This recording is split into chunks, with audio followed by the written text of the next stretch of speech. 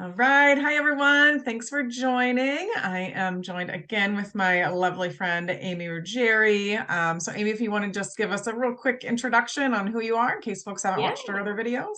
yeah. Good morning. I'm Amy Ruggieri. I operate the Ruggieri Group with my husband, Bobby. We are financial advisors who normalize the money conversation. That's really what we specialize in, is teaching people how to talk about money and feel good about money so they can grow a confidence and an excitement. And then also, of course, having a plan. And so those two components, learning the mindset, having the plan, and then putting that plan in place is what we do. So Yeah. thanks for Awesome. having me, Rachel. Yeah, you guys do great work. And for those who don't know me, I'm Rachel Dorsey, a financial wellness coach with Effortless Budgeting. And I work with couples and individuals on very similar to what Amy just said, is helping people be more comfortable and confident in having conversations with around their finances with each other, and also just generally where they're spending their money and what they're doing with it. Okay, so this is like part of a series that Amy and I are going to be doing that we're really excited about, talking about conversations around money and relationships. Oh my gosh. My dog has a lot to say about relationships and money. So we're going to start with new relationships, right? So this is like you've been out with somebody a few times, maybe a lots of times, and you're feeling like this is going somewhere. I think maybe we should be like sort of in an exclusive relationship, or perhaps you've recently had that conversation with somebody and you are now like in this new relationship. So we're going to start here and we're going to start talking about like, why would you even want to have a conversation with a sort of potentially very brand new person around money? So Amy, do you have thoughts? Like, what are your thoughts? I know we both feel like you should have these Yeah. conversations early on, but like, what are your thoughts as to why you would want to do that with somebody so soon? Well, I think the one thing with money and talking about money, a lot of people think that just because I'm talking about it, it means I'm talking about the details. Yeah. Like I'm talking about what do I have in my savings account and how much credit card debt do I have and all that kind of stuff. And that's really not what the conversation is. Like it doesn't have to be there. But talking about it early on, I think it just really it's a simple conversation. So, maybe it's like, hey, what do you usually like to do when you have a little extra money? You like to vacation, you like to, maybe indulge in maybe a new wardrobe, or, it's just asking little things about what are your habits. I think it's really more about the habits than it is where am I?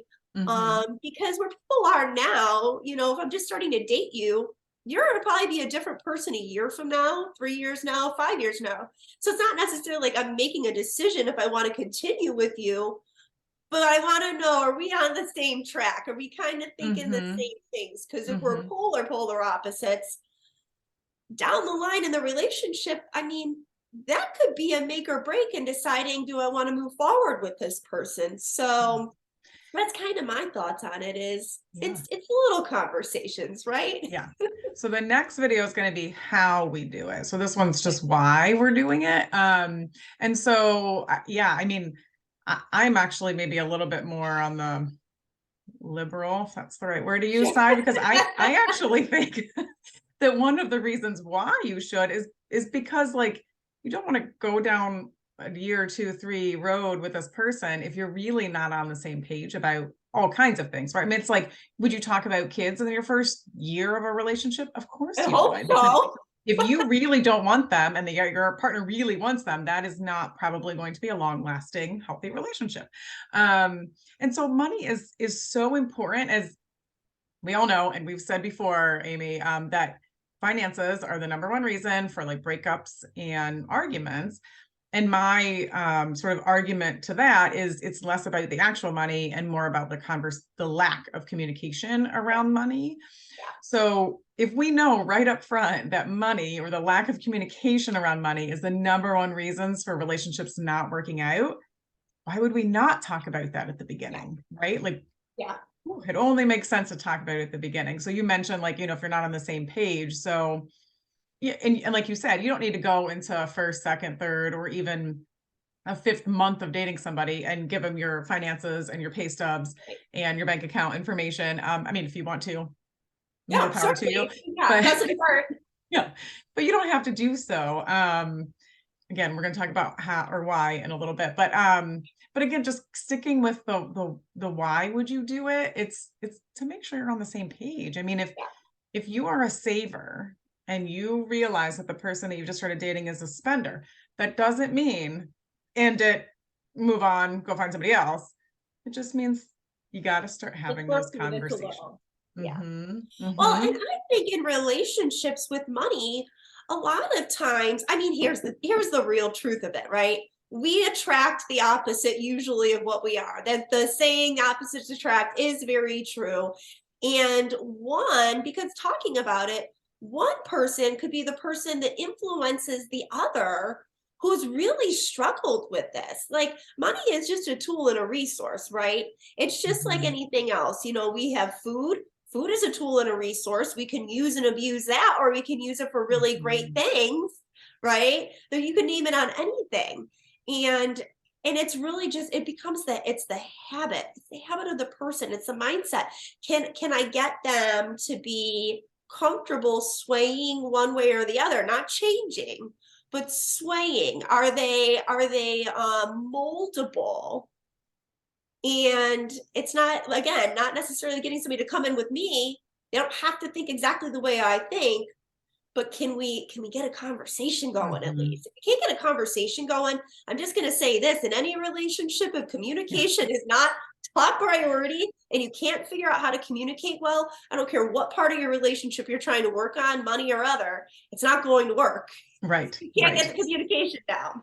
And So also to think about whether or not you're moldable too. Like, are you willing to sway a little bit in one direction, different from maybe what you've been living? Because no one's perfect and there's no right or wrong thing. I mean, of course, we all know we should save more and spend less, like, sure. okay, but there's no really like exact thing that works for you that's going to work for everybody else. It just doesn't make Exactly. sense.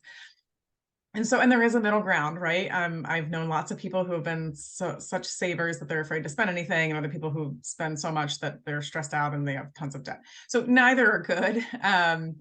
But there's a lot of middle ground in there, right? And so, yeah, like can to start having that conversation and also to hear about how comfortable they are talking about money. Do they get super uncomfortable with it and they just shut down?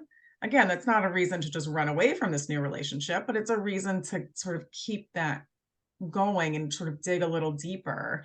Because if you want to talk about your money and they're not willing to, again, that maybe is not going to lead to an amazing relationship. So it's just something, again, none of these things are, yep, I didn't like what he said, I'm out.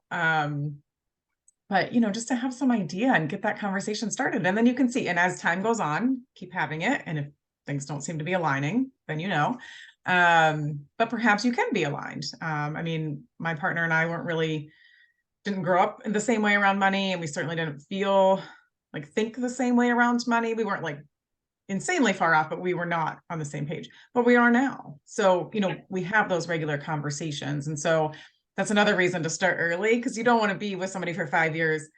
I don't want to say you don't want to. It's not the best case scenario to be with somebody for 5 years and suddenly for the first time having a conversation around money. And Amy and I Really are going to get awkward. there. We're going to talk about like, what if you are that far into a relationship and you haven't, but the best thing to do is if you are in a new relationship, just start it now. Yeah. Yeah. And it also helps you be more comfortable with talking about money, right? A lot of people are very uncomfortable talking about money. And if you're one of those people, as scary as it might sound, the only way to really be comfortable with it is to just get started.